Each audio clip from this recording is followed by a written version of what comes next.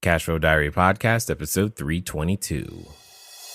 Welcome to yet another exciting episode of the CashFlow Diary Podcast, the podcast that teaches you insider tips, tactics, and strategies for creating leverage streams of cash flow into your life. Learn from top-performing entrepreneurs, business owners, investors, and thought leaders from across the globe as they share their secrets to success.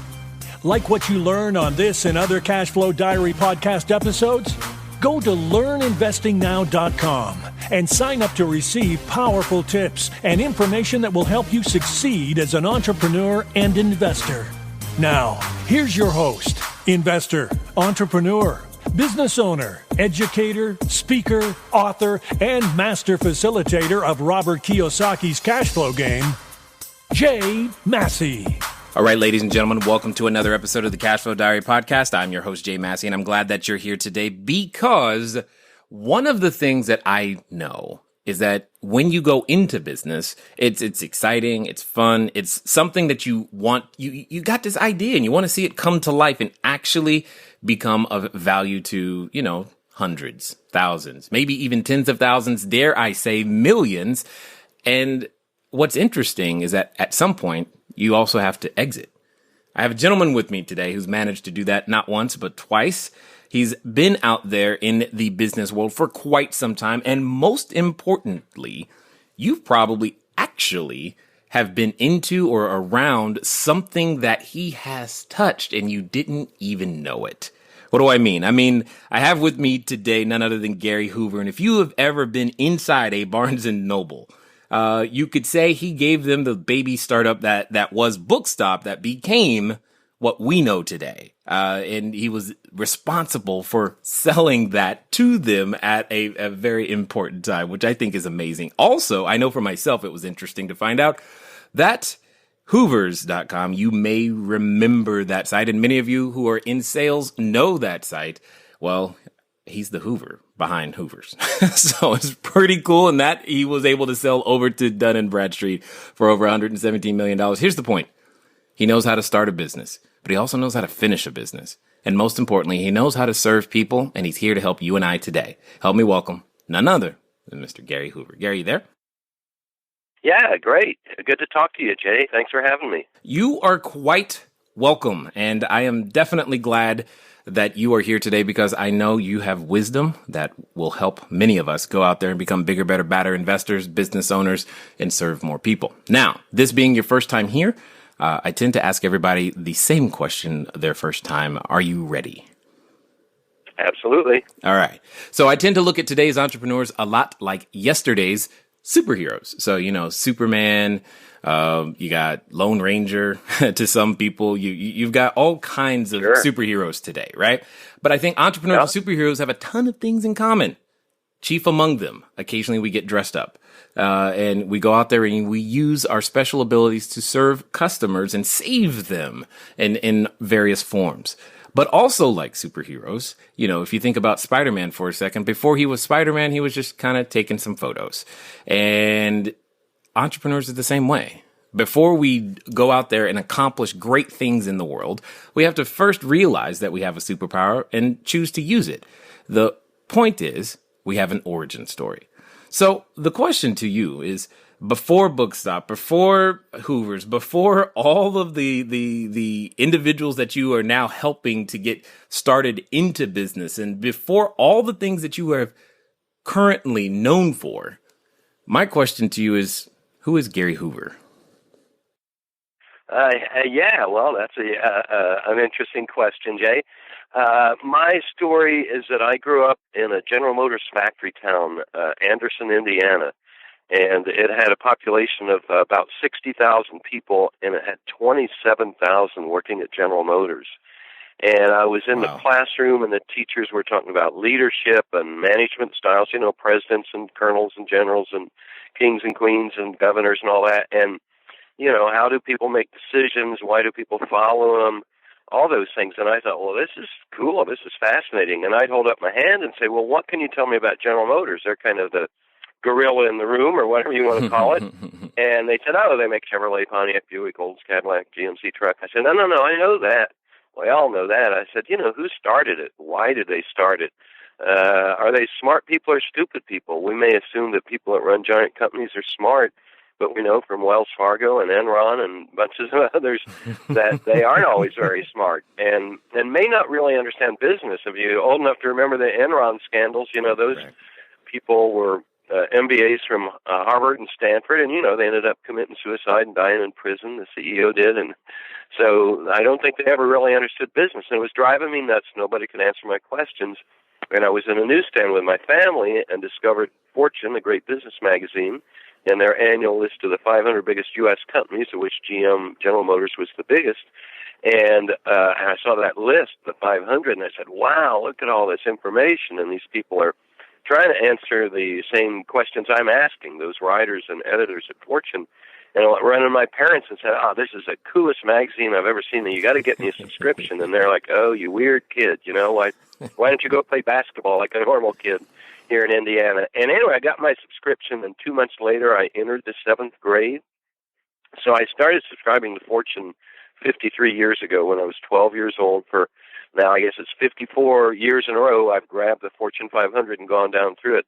So I got this fascination with business and enterprises of all types, even nonprofits, when I was a little kid. And then within a couple of years of that, I fell in love with retailing and decided that was the industry I would focus my energies on. So I was a kind of an odd kid, and I'm still absolutely fascinated by what makes some businesses successful and others fail, and what goes into being a successful entrepreneur or a big company. Interesting. I think one of the most interesting things, or most amazing, I'll call it amazing things of what you said, is that you somehow, living in Indiana, did not end up playing basketball. Yeah, no. Yeah, and I didn't even go to Indiana University with the great Hoosiers team, but I sure went to a lot of basketball games, and I still follow it very closely. Yeah, yes. It would be almost that would be really weird if you didn't. That would be like really strange. But nonetheless, at age 12, you're reading Fortune. I'm not even sure. I don't even understand that. That's unique in and of itself. And so, were there any lessons, like, say? Let's pretend for a second that someone of a very, very young age, 12, is listening. Is there something that you believe that we could be doing either with our children or our children could be doing that could help them become that entrepreneur by reading magazines like Fortune, even still today? Oh, absolutely. No, I teach. I was the first entrepreneur in residence at the University of Texas at Austin Business School. Mm-hmm. But I teach people. I have a special class for high school kids, a 4-hour intensive introduction course in entrepreneurial thinking, all the way up to executives and CEOs of giant corporations about how to be more innovative.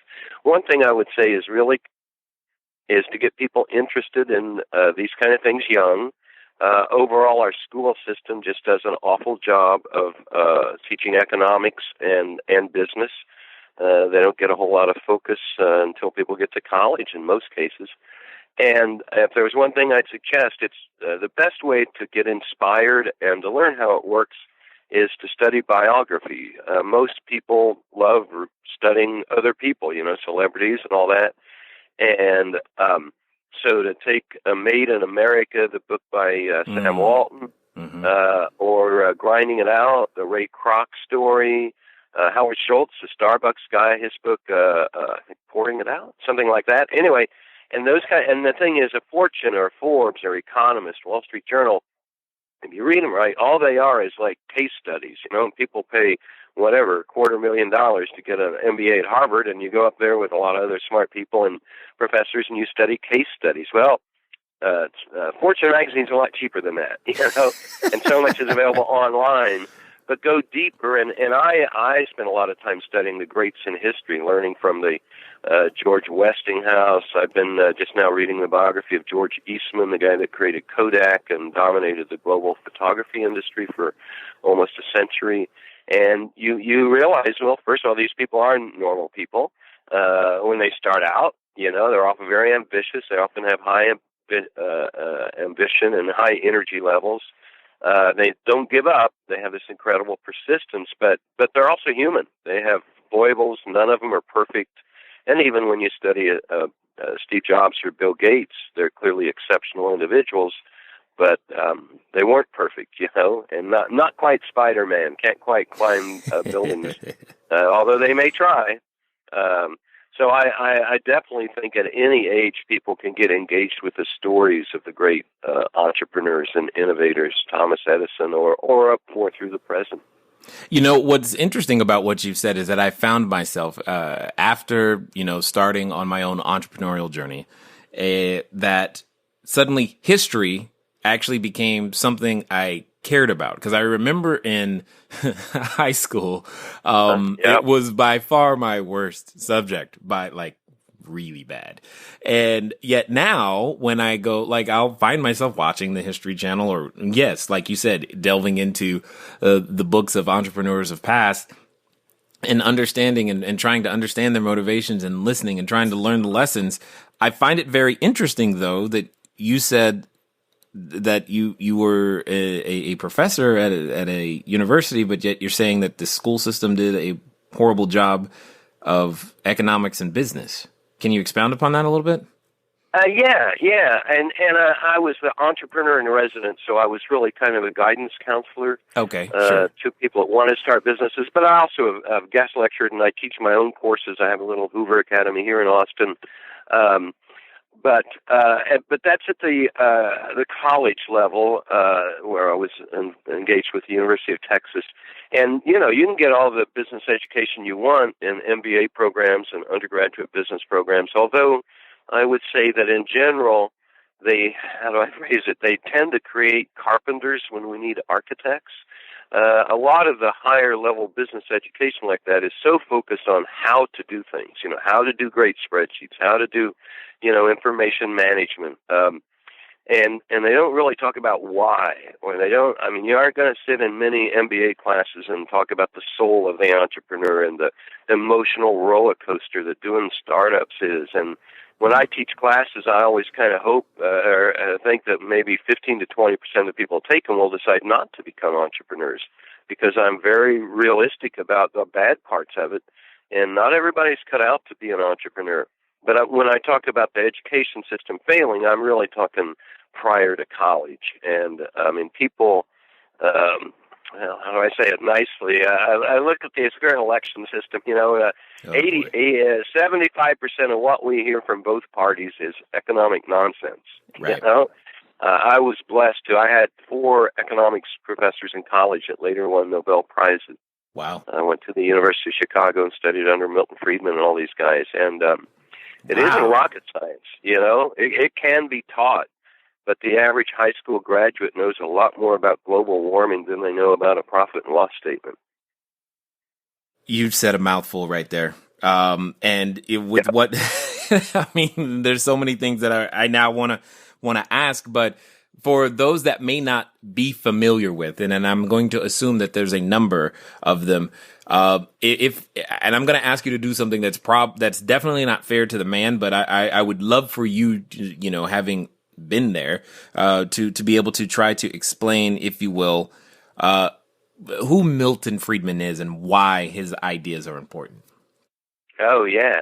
Well, what we would call classical liberalism, if you study the history of the word liberal, that was really in Europe, and then the Americans picked it up, and that really meant a commitment to freedom of interchange and transactions between people, keeping government out of it, or as little a role as possible in so many ways. So if you really go back to the concept of left and right in politics, that was based on during the French Revolution. The people that were with the king and the royalty in the old system sat on the right side of the aisle, and the people who wanted a whole new way and democracy sat on the left side of the aisle. But one of the key things that the leftists pressed for was to cut regulations of business, because the king and his buddies and the nobles, they set all the rules, and they didn't like, if you had Uber and they had a taxi company, you were out of luck. Right. So there's a lot, people use the word liberal differently in the United States today, but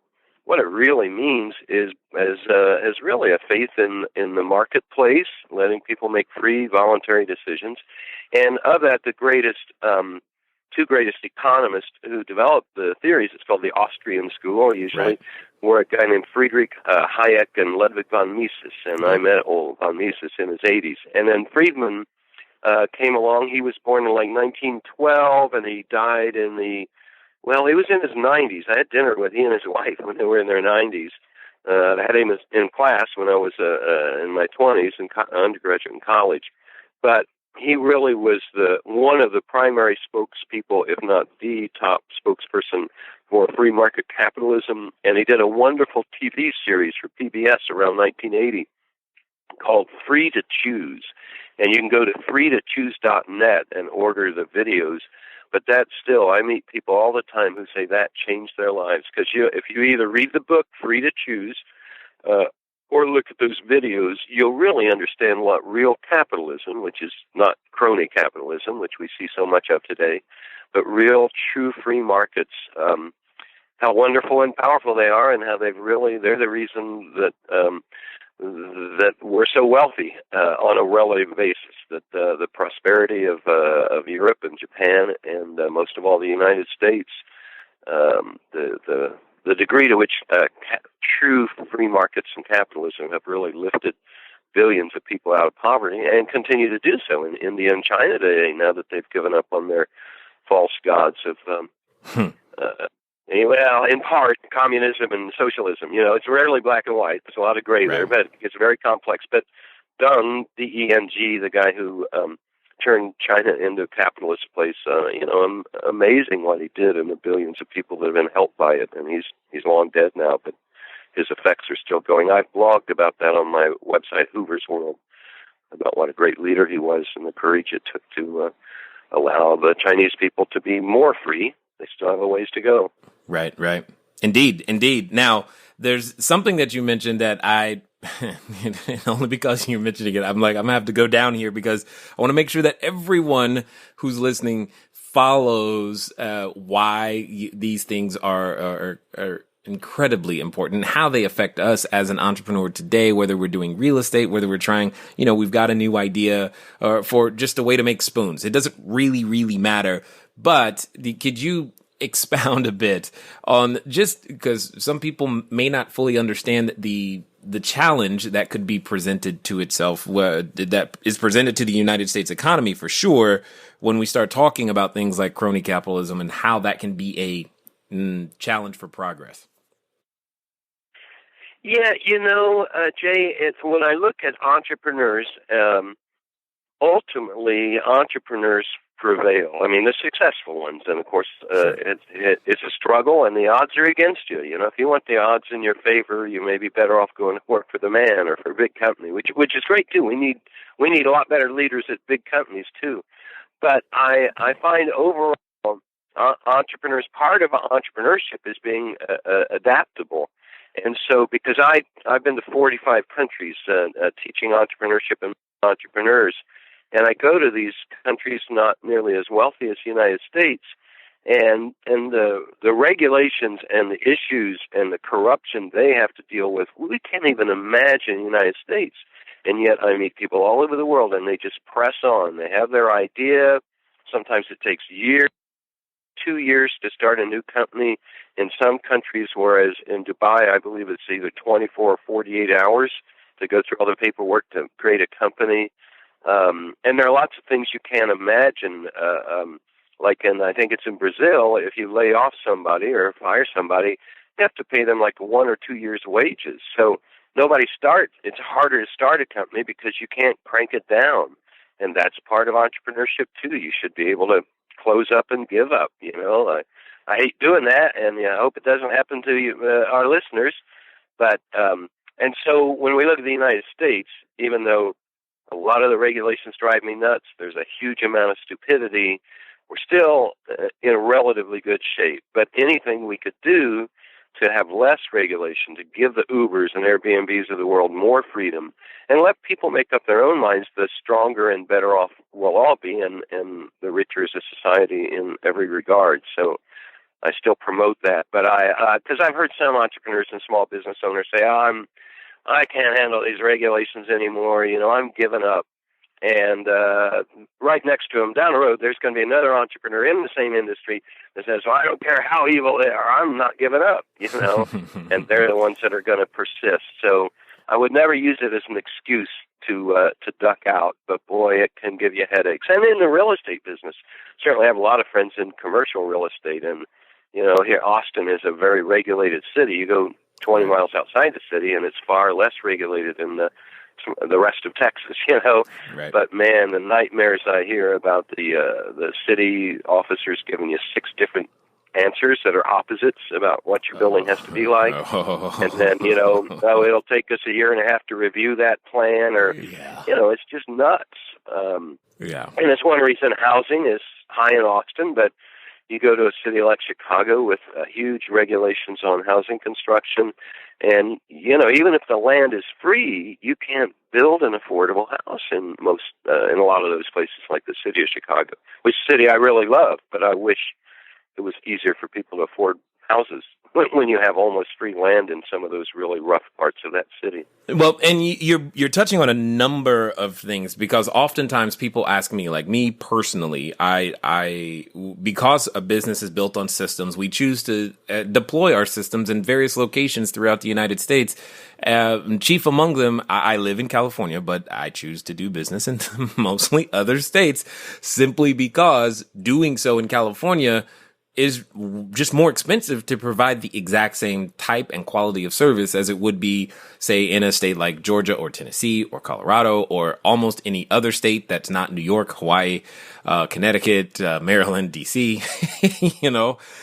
You nailed it. You nailed it. And that's why when you look at the population data, people are flooding out of California. Now, its population overall has been relatively maintained because so many immigrants from other countries pour into California.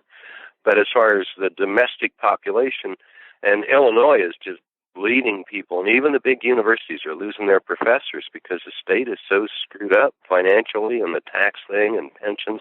And on the other hand, people are pouring into Texas. I got here, as we say, as fast as I could, moved here 34 years ago, and it would be difficult for me to consider living anywhere else, although, as you say, the South is still a much more fluid place. Florida, I think, has a great future, and I like to say most of the states, but those economic policies, those regulatory policies, those have a real effect on people. And obviously taxes, whether it's income or real estate, those people get up and move. They vote with their feet. I've had people talk to me. I was talking to a friend of mine, and he said, well, and I was talking like I always do about how much I love Texas. He said, yeah, but, Texas is 41st in this welfare program or whatever, and Illinois, where we both lived, they've got much better stuff and all that. And I said, so why did, whatever it was, 300,000 people leave Illinois in the last 5 years? I looked up the data, and whatever it was, 500,000 move into Texas. And I said, look, they vote with their feet. I said, if you were poor and out of work, would you rather live in a state that had great welfare systems, or would you rather live in a state that had lots of jobs? And all you have to do is look at the numbers to see what people really decide.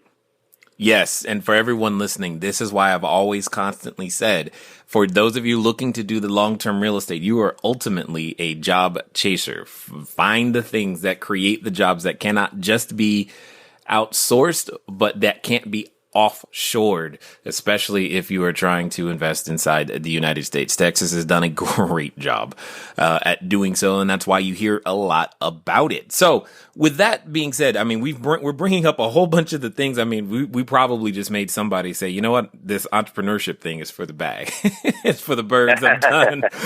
just in our own conversation, we're not even trying. That wasn't even like what we were trying to talk about, but it does bring up the question, with so many things being fluid, because you mentioned the Ubers, you mentioned the Airbnbs, and there's offshoots of opportunity from from those big unicorns in and of themselves. It brings the question, who is cut out to be an entrepreneur? How do you know? Oh boy, I don't think you can really tell, because I don't think entrepreneurs are born. As I always say, they're grown. When I talk, and I mentor people taking my classes and stuff get free lifetime 24/7 email support. So I mentor thousands of entrepreneurs on, I guess, every continent. And I always say when I meet people and I hear their business ideas and I talk to them about them and try to help, of all the people, it's like a normal distribution, if you know, with the long tails and all that. And about 5% of all the people I meet are what I call fundamentally entrepreneurial, and that's first or second generation immigrants, and they're people that, and I'm normally talking to people in their teens and 20s. When I have that feeling, they couldn't do anything but be an entrepreneur. Often when they sat around the dinner table, you know, mom owned a convenience store and dad owned a motel or something. And that's all they ever heard. Nobody ever sat around and said, oh, it'd be great to go to work for McKinsey or Goldman Sachs or Procter & Gamble. You know, and they may fail. They can have all different types of personality attributes and, you know, different IQ scores or whatever, but they may fail over and over. They more likely will ultimately succeed because they don't have any choice. They'll just keep trying until they figure something out and experimenting. And that's about 5% of people who really couldn't do much else. About 5% of the people I talk to are born bureaucrats and really need to sit behind a desk and follow rules and could never be an entrepreneur. But in my opinion, the big chunk in the middle, 85, 90%, whatever it is, people can learn to become more entrepreneurial. They can learn to think more entrepreneurially by studying these biographies, by reading the case studies of companies, by taking the right classes or reading all my stuff on my website, you know. And so I really believe that, and because it covers the waterfront, because I just led a group of 15 of the top executives of one of the biggest semiconductor makers in the world, and they realize they're not as entrepreneurial as they need to be, not as innovative. And those people can learn to be. And at the other extreme, I got 14-year-old kids that got business ideas, and how you can encourage them and help them through the rough spots. And the big ideas are timeless. You know, we get so caught up in what's the latest news and, oh, here's what's hot today, and I got to start a unicorn, if you know about all that nonsense, right, where the venture capitalists want to back something that becomes worth $1 billion or more. And a lot of that's just fluff, just like foam on the surface of the ocean, whereas we really need to look underneath, you know. When an earthquake happens, you need to know about it. It's in the news, but the real thinker, the real entrepreneur needs to look at what they call plate tectonics, which is the motion of the plates under the Earth's surface that causes those earthquakes and tsunamis and all this jazz, you know. So,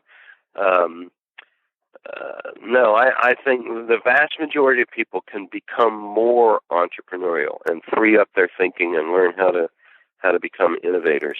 Indeed. So let's talk for a second about your journey. So you're 12, reading Fortune.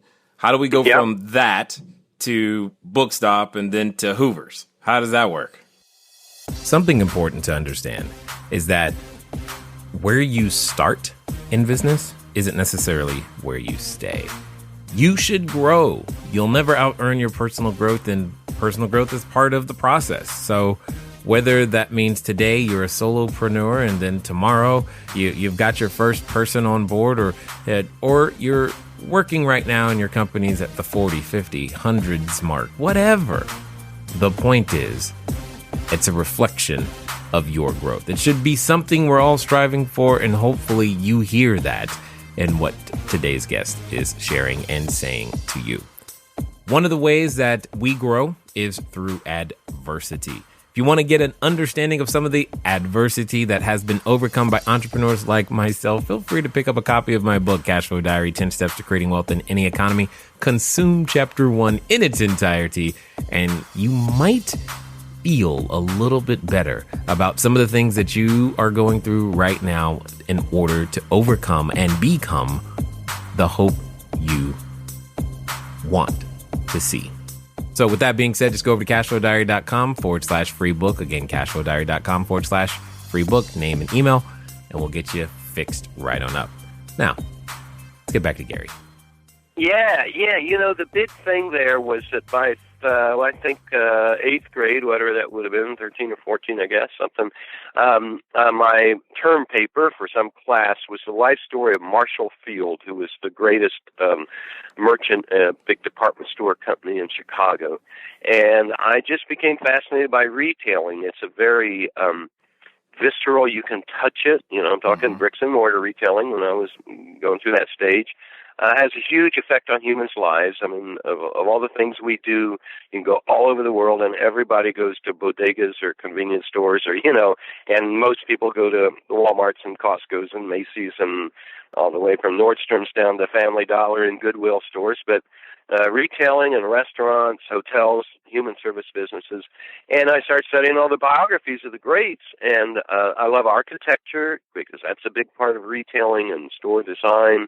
I love geography. I love picking which city to go next, which markets are rising, which markets are falling, and why. It's a lot of what I teach and I wrote about. I wrote a book.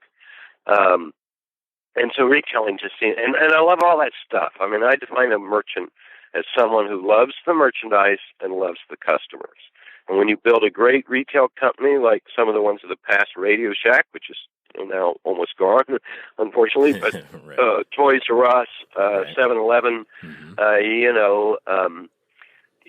they really loved the stuff they sold, and they understood how to connect it with customers. And of course, I study the great ones today. I served almost 5 years on the board of directors of Whole Foods Market, one of Austin's greatest companies. And there's a company, they were doing $10 million a year when I first met them. They had one store, and last year, they do $14-15 billion, still under the same leadership, a lot of the same people.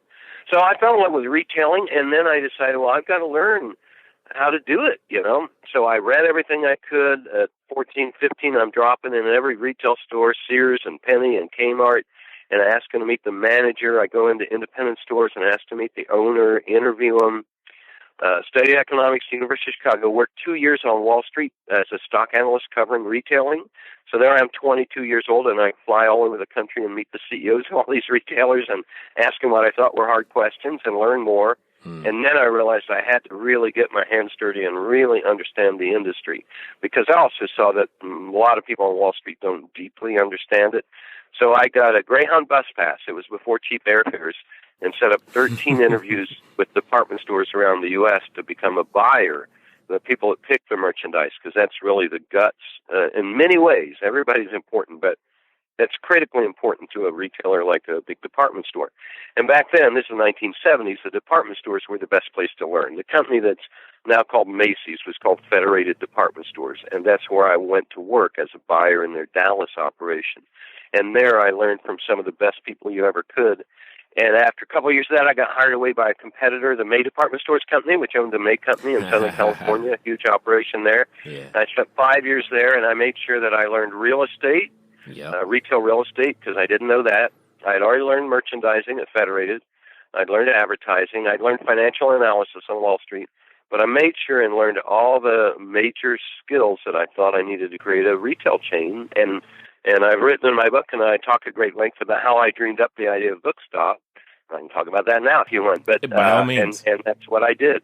Yeah, and that's, see, what I like about what you're saying right there is in each of those, we'll call them stations or opportunities or jobs even, you didn't take the job for the sake of having a job. You were taking it with an end goal in mind and trying to learn something from each one of them. And it seems to me to be very strategic. I mean, this is obviously before the internet and the ability to have access to the information in a different way that we do today.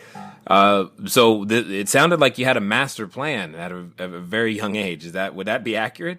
Yeah, absolutely. Now, I knew I wanted to be in retailing, and there probably, I'm not sure when I decided I wanted to start my own, but one of the things, the more you study retailing, and then when you go and work in it, is I believe that anybody really understands the field understands that there is always an advantage to the smaller operator that knows their customer better. The big chains can become removed from the customer. And then the other thing, working for the big companies, I always say I love working for those three big companies I worked for. And I learned so much, and I had wonderful teachers, mentors, bosses. But about half of what I learned was stuff, man, I'll never do this. They really screwed this up. And about half was, wow, they have this nailed. Right. I mean, what I learned about how to do a pro forma projection on a project and whether it would pay off or not, and how to do your expense projections, I was light years ahead. It was my MBA, really. Never got an MBA, but working for those 3 companies over a period of 9 years, that was my graduate education. And like I say, other things, I said, man, there's just too much bureaucracy, and it's easy to forget the customer and get caught, trip over your own feet with internal politics or worrying about the competition, which I'm always very aware of the competition, but I don't make knee-jerk reactions to their actions like a lot of retailers do. So, now, Michael Dell here in my hometown, he dropped out of college, started a company, and I would say, well, that's one way to do it. Said, but boy, there's a lot to be said for if you can pick an industry you're passionate about and you love when you're young, and then go learn from the best. And at that point, it was Federated Department Stores. Today, I'd probably say CVS, Home Depot, TJX, Target, Walmart. I would go there instead of Macy's in most cases. Or if you want to do fashion, Nordstrom's, Mm-hmm. Whole Foods would be a great place to learn how to be a retailer. That's a wonderful company. So, and I also believe no matter what, whether you go off and work for companies and learn from the best, or however you learn, it's really about curiosity, understanding the industry, what I call doing your homework. So many people come to me with business ideas. I remember one woman came up after talking and said, I want to do like a healthy fast food place, and I've seen several business lines along those lines over the years. And I said, well, that might have a potential, kind of like what Whole Foods did in the grocery business. I said, so, have you read Ray Kroc? And she said, well, who's Ray Kroc? And oh man, you're years away from being ready to go. And because somebody like that may say, well, I don't want to read McDonald's, that's the worst kind of food. No, that's crazy. I mean, nobody understood how to create a large food service organization in American history than Ray Kroc. And there are others out there too worth studying. The Wendy's guy, the Chick-fil-A people, and people that also non-fast food people that built. Sure. Marriott was a huge player in the restaurant business before they finally decided the hotel business is more profitable. And Denny's and all those guys. If you go back to their glory days. Howard Johnson's, if you're old enough, was the biggest restaurant chain in America for years, and their story was amazing. So I call it doing your homework. I teach 1 3-hour course, how to become an expert in any company or industry. And as you say, with the internet, it's much easier than when I was doing it with big old fat printed books I had to buy from the government and dig up. Although I still believe in books. Right. I live in a library with 57,000 books. I live in a 1-bedroom, 8,500 square foot house. So I'm an information junkie. Indeed. What can I learn today? And that is why I picked those jobs. I said, where can I go to learn the most? That's one of my 3 key criteria when picking who to go to work for if you are going to go to work for a large company. You got to believe in their mission and what they're doing.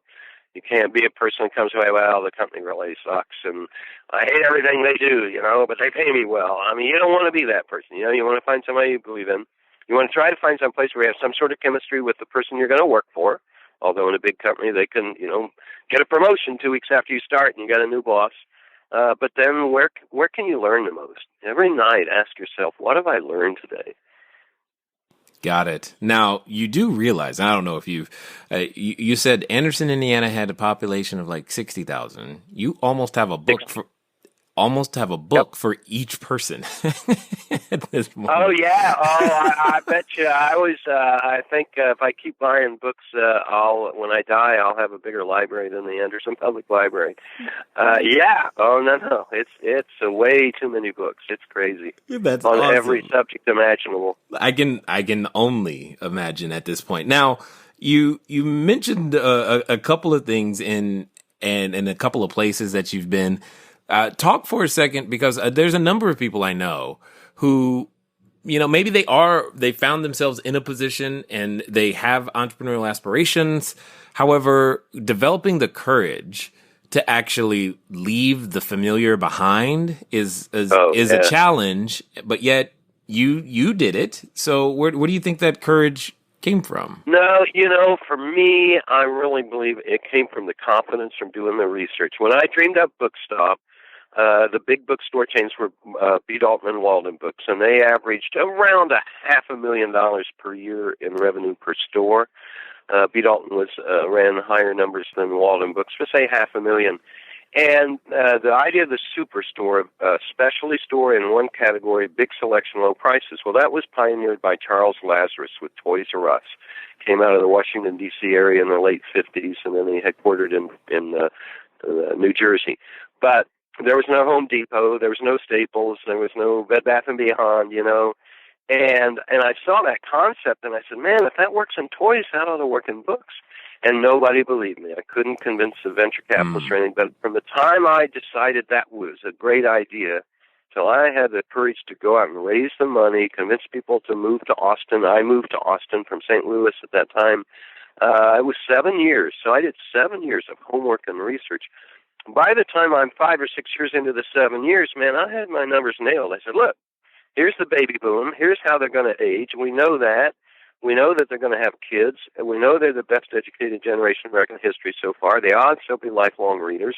We know as people's income rise, they spend more money on reading and books. And, I had all that government data. And then I said, well, look, you got this old school, just like Toys R Us took on old little toy stores, and this is a time. And we opened up, and the venture capitalist said I had to do $1 million a year, first store to break even because of the lower prices, and a bigger store, much bigger selection. And every venture capitalist laughed at me. I couldn't raise the $3 to $5 million to open in Chicago. I had to come to a smaller city. Came to Austin, raised $350,000 from 35 brave souls at like $10,000 each. And we opened up. We had to do $1 million to break even. My projection was $1.4 million. We did $1.8 the first year, wow. And within I think about 5 years, we were averaging $3 million a store. Within 7 years from founding, we stretched from Miami to San Diego, and that's when the big guys realized, wow. Barnes & Noble, to be frank, they spent $300 million to buy B. Dalton, which was on the downside of its life cycle, and they later closed up the whole chain and wrote off the $300 million. They bought us for $41.5 million, and that was really the nugget. They saw the change coming. They were beginning to experiment a little bit with big stores, but when they bought us, they bought this coast-to-coast across the Sun Belt group and took the management team and moved them to New York, and then over time, they evolved it. They added the coffee shop. They added the more mahogany look. And really, Barnes & Noble's really a great company and runs great stores. But the nugget I had the idea of, hey, we don't have to be in Manhattan to have a bookstore of 50,000 titles. We can put one of these in suburban Houston. Nobody would have believed that. So there's your Bookstop story. Well, what I like, a lot of agony, a lot of near misses. Having investors, Federal Express checks to cover payroll, man, I've seen it all, and I've been broke. I lost all my money on my third venture, so it's not simple. And I never wanted to sell any of the companies I started. If an investor asks, well, if you sold it, who would you sell to? I always have names in mind that would be a good fit, but I never got into a business wanting to get out of it. And it's a little different in real estate. You're doing residential, and it's a portfolio business. Obviously, you have to exit them. But I'm very wary. I've never written an exit strategy and a business plan, and I urge my students not to do it either. We've gotten too caught up in building things to flip them when it's supposed to be a real enterprise that serves people. And I'm kind of like, well, why would you get into it if you wanted to get out of it? That doesn't mean you don't sell it. All my companies got sold because the minute you take other people's money, you have a responsibility to them. And they all invest because they want to pay for their kids' weddings and put kids through college and all these reasons. So when the right price comes along, but if you keep your company private, you bootstrap it all the way. I have a number of friends who've done that. And then the key is build a great enterprise. Make it valuable to society. If that's true, you will have all the options in the world to sell it, take it public, to keep it and make your great-grandkids billionaires, build a great company. Don't get caught up in, and the VCs get so caught up sometimes in prettying up a company. Oh, well, let's not spend money this year because our earnings will pop and we can sell it for a higher price. But you're cutting the legs. You're not building for the future. Wow. One of the things that's come obvious to me is that you have a ton of not just theory, but actual out there practical knowledge that because of all the things that you have been through. And I'm going to take a stab and say that there's a number of individuals listening right now who are realizing the exact same thing. And because we haven't talked about Hoovers, we haven't talked about, if I'm not mistaken, you've got you have interests inside of some games on mobile devices. Yes. You've got a number of things going on. So before we get to our final question, do me a favor. How can we find out more about what you're doing and what you've got going on and continue our learning education from you? The best thing is go to hooversworld.com, and that has everything. I offer a class in person in Austin, but I've just put up, it's 18 hours of my thoughts and all the business history and how to think entrepreneurially. And that, it's you can buy the audio course for like $149. That's you'll see a link on Hoover's World. And I've written 2 books, one about entrepreneurship in general, it's like $10, and one on retailing and specifically, like a big thick book, it's like $30. So a lot of ways to do that. I can always be emailed. There's a contact me button on there. And then I'm on my 9th startup if you start the 3 in college. But some have worked, some haven't. We've talked about the 2 most successful ones. But I tend to do them sequentially. I mean, I don't believe, for most people, you can't do 2 or 3 things at the same time well. My Hoover's rule is your success will be inversely proportional to the square of the number of projects you're working on. So if you're working on 2 things, you'll be 1/4 as successful. You're working on 3 things, you'll be 1/9 as successful, and so on. And there are a few exceptions. There are always exceptions. But most of the great people, hey, Bill Gates was totally focused on how do I build Microsoft for most of his life. Steve Jobs gave his life to Apple, but you can go to any industry, and the greats are very focused, really great in one industry, probably would have been a failure in any other industry. Most of them have a real expertise or love. I mean, the people that built Walmart could not have built Microsoft. Bill Gates could not have built Federal Express. Fred Smith, the greatest living, active American entrepreneur, in my not-so-humble opinion, who built Federal Express, he could not have built Microsoft or Disney World, most of the greats. And when they do change, like Bill Gates moving from a software wizard to a philanthropic wizard, he did it sequentially. So limit what you're focused on. Having said that, I've moved from one to the next. I have this curiosity. I love all these industries. I've dabbled in the internet online game. It's a simulation game. It's the best restaurant simulation game called Restaurant Bigwig, and it's available on the iPad. I've done a lot of stuff. I'm really interested in the museum industry, which has a great future, especially for-profit museums. So I have a big idea there called the Spark, and you can find it on the web or email me. Or if you go down through Hoover's World, you'll see articles on all this different stuff. Awesome. I am so excited that you are who you are. I don't know. When I get excited, I start stuttering, and I'm just like really excited to hear you. It's very, very nice of you. All I can tell is, man, if you stick around long enough and try enough things, man, sooner or later you learn how to do it. Although I always say entrepreneurship is a lifelong journey of self-discovery. At the age of 65, every day I learn flaws I have that I may not have known I had, and once in a while I get lucky and I find I'm good at something. But, and you have to take joy in that the idea that you're in continual growth. Hey, to sit there and say, I'm really smart, that's just as bad on yourself as saying I'm really stupid, because that's what we call a static, fixed state of mind. The powerful minds, people who change the world, have a growth mindset, and that's all about, am I smarter today than I was yesterday? Am I moving ahead? Am I learning? Am I growing? And the day somebody gets to, I know it all, I have all the answers. I mean, I run into people like that all the time. Hey, they're dead. I don't care if their IQ's 200. I don't care if they're billionaires. They're not in motion. There's a great book called Mindset by Carol Dweck, Dweck, and it really goes into this difference between the growth mindset and the fixed or static mindset, and that's a key thing I teach in my classes. Got it. Got it. So as we wind down here, I've got a final question for you, because here's Sure. what I also know about those that are listening, and I'm assuming those that have probably been in your classes and just participating in some various way. So let's pretend for a second, if you will, that there's a person listening and they're standing in front of what I would call the superhero outfit store. They think they want to try this entrepreneurship thing on, but yet they're still deciding, what cape should I wear? Do I wear a mask? What does it look like?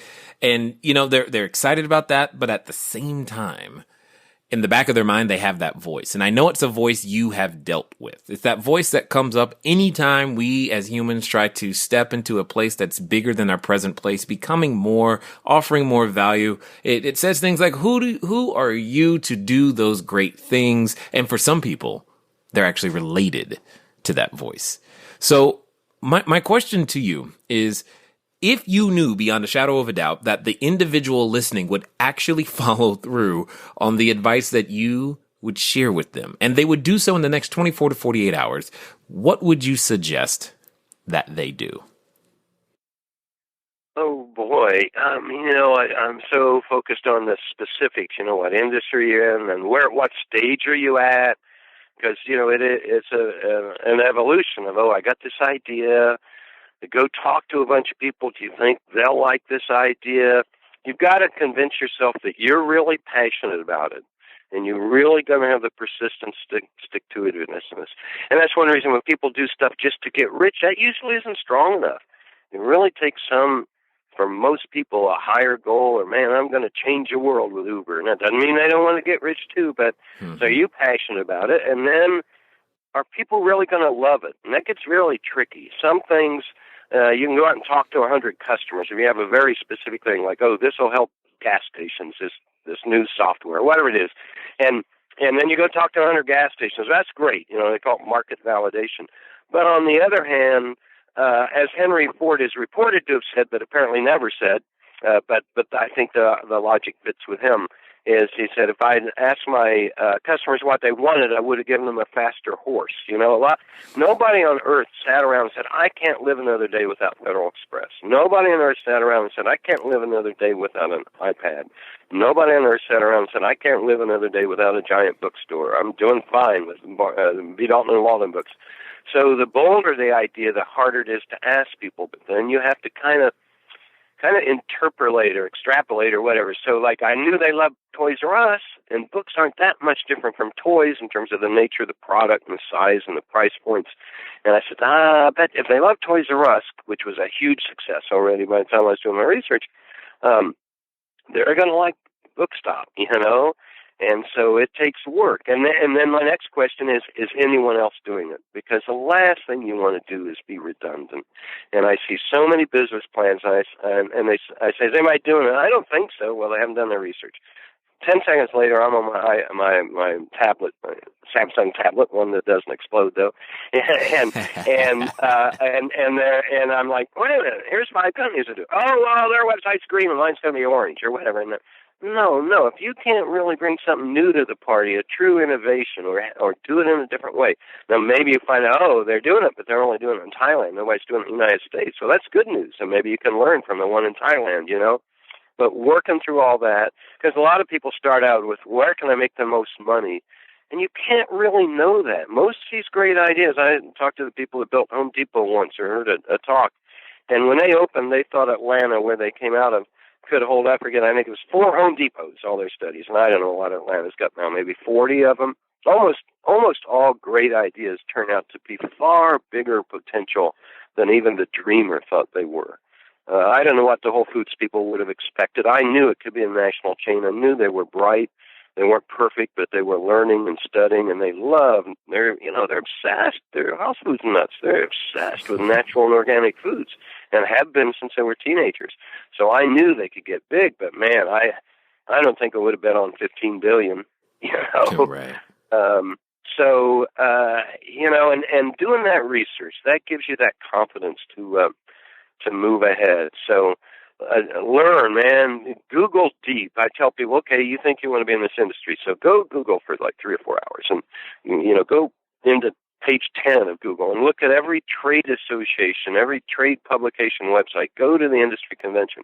But if you go and I say Google 3 hours, and they're looking at the clock and say, okay, I've Googled 2.5 hours, I only got a half hour to go, well, you shouldn't go anywhere near that industry. If, on the other hand, you've Googled for 8 hours and you missed the time and the sun's coming up and you didn't even realize it, you're so engaged with what you're learning and enjoying it, well, you can measure your passion. And that's passion and curiosity, man. If you got those two things, all the other steps that I write about and suggest and everything can fall into place. Awesome answer. Love it 100%. I definitely appreciate the time and energy that you've devoted, the passion that you still clearly have for business and helping entrepreneurs and being one yourself. And I definitely want to thank you for taking the time to invest with us here at the Cashflow Diary. Well, Jay, it's been great to talk to you. You've had some of the most interesting and best questions I've been asked in a long time. I've been asked a lot. So anything I can do to help any of your listeners, they can always reach out to me. Ideas. I just love talking, and I'm fascinated by every industry. I love real estate. I love lodging. I've studied semiconductors. There's virtually no industry that I haven't looked into. So I just get a lot of personal satisfaction from seeing others grow and develop and try to make the world we all share a better place. Indeed. All right, ladies and gentlemen, you know what time it is. It's time for you to move at the speed of instruction. What does that mean today? It means you got a lot of homework to do. I don't know if you were paying attention, but there was book after book. Now, I don't expect you to catch up to his 57,000 book library, but there's at least one that you heard of that you should be following. And if nothing else, go over to hooversworld.com. Why? Because you know when you've heard from someone you can learn from. And ladies and gentlemen, I'm here to tell you, we can learn a lot from today's guest. It's been fun talking to you guys today. I look forward to talking to you soon. Until next time.